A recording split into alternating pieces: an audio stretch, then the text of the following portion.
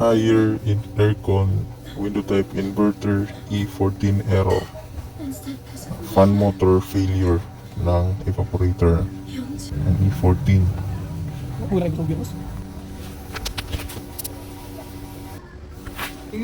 I-check natin ang fan motor connection. And ito nakita natin may sunog sa connector dito banda sa evaporator. Naputol yung red wire na 20 volts terminal papuntang fan motor.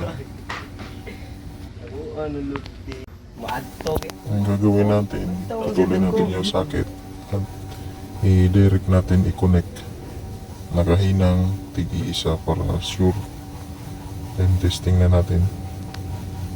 Ayun, umandar na yung fan motor ng evaporator.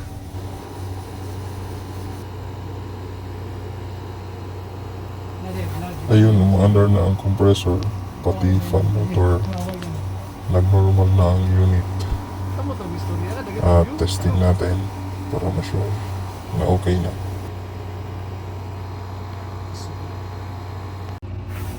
Yun lang ang sira guys. Thanks for watching.